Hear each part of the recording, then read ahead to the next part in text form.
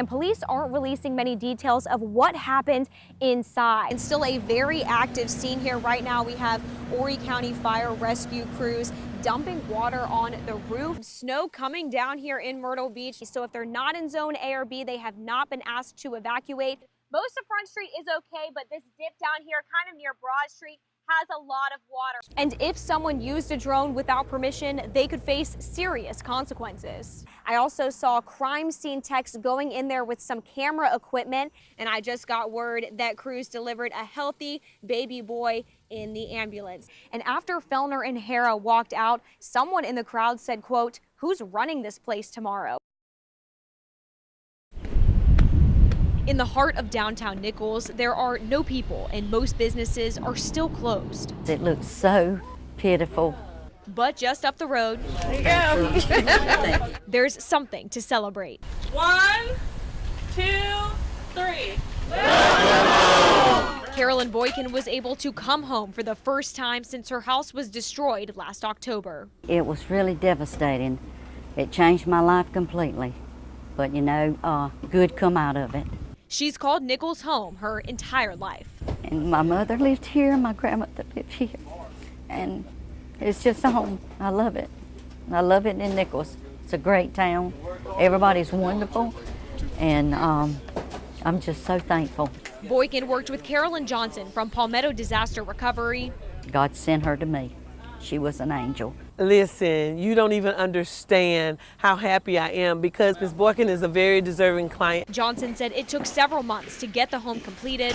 We advocated for her to get her back in her home, work with some nonprofit groups as well as the city of Nichols who use funds from various sources to assist Ms. Boykin in getting back into her home. She said this is one example of the town making a comeback. It's definitely going to be a process, but we are earnestly trying. And Boykin's ready to get back to enjoying the simpler things in life. I'm happy. I'm excited. But News 13's Abby O'Brien found out the issues run much deeper than money and records. Abby. Dr. William Altman's office sits on the corner of 5th Avenue North and Poplar Drive in Surfside Beach. It's closed now, but on its Facebook page, several patients say he owes them money. All right, James, come on up. Jim Tursky took his concerns to court Wednesday afternoon. Raise your right hand. Tursky said he paid $6,000 up front for implant work. After about seeing him for about 2 years, going through the process, the office suddenly shut down.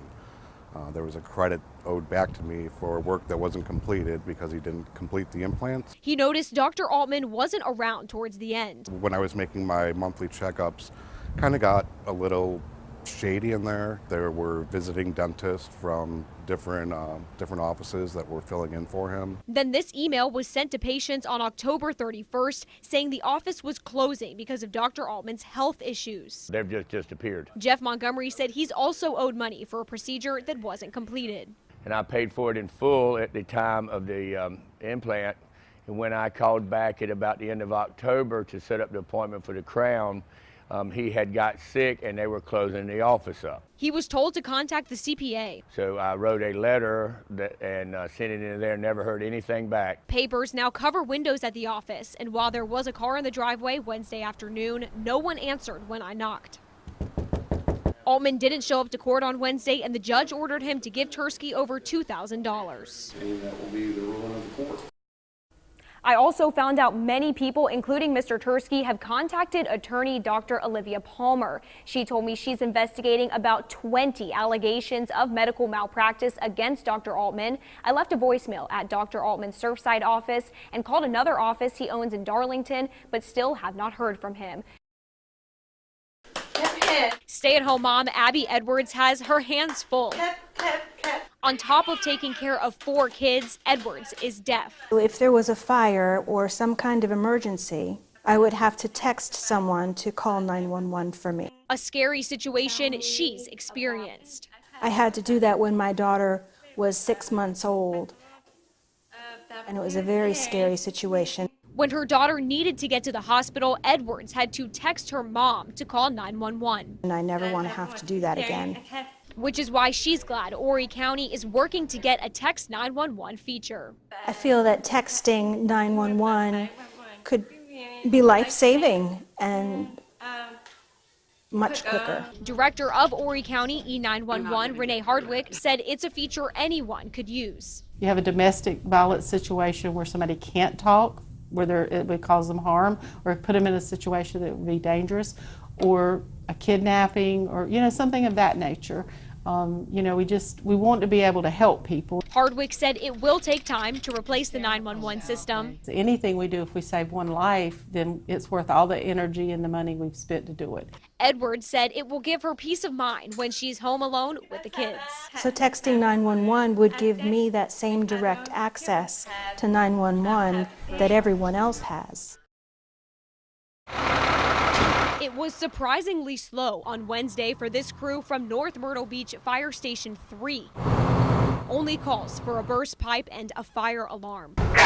But around 7:15, a call came through for a childbirth on the side of an icy road. The crew responded in minutes and helped Horry County Fire Rescue get Jennifer Reed Milan out of her car and to the hospital. We thought we had a lot more time than we did. But Mateo Mauricio Milan was born in the ambulance. I was completely caught off guard that this was going to be happening so quickly, so they, calmly told me we were going to have this baby in the ambulance as calmly as they could. Jennifer's water broke at home, so she jumped in the car. And we didn't get very far.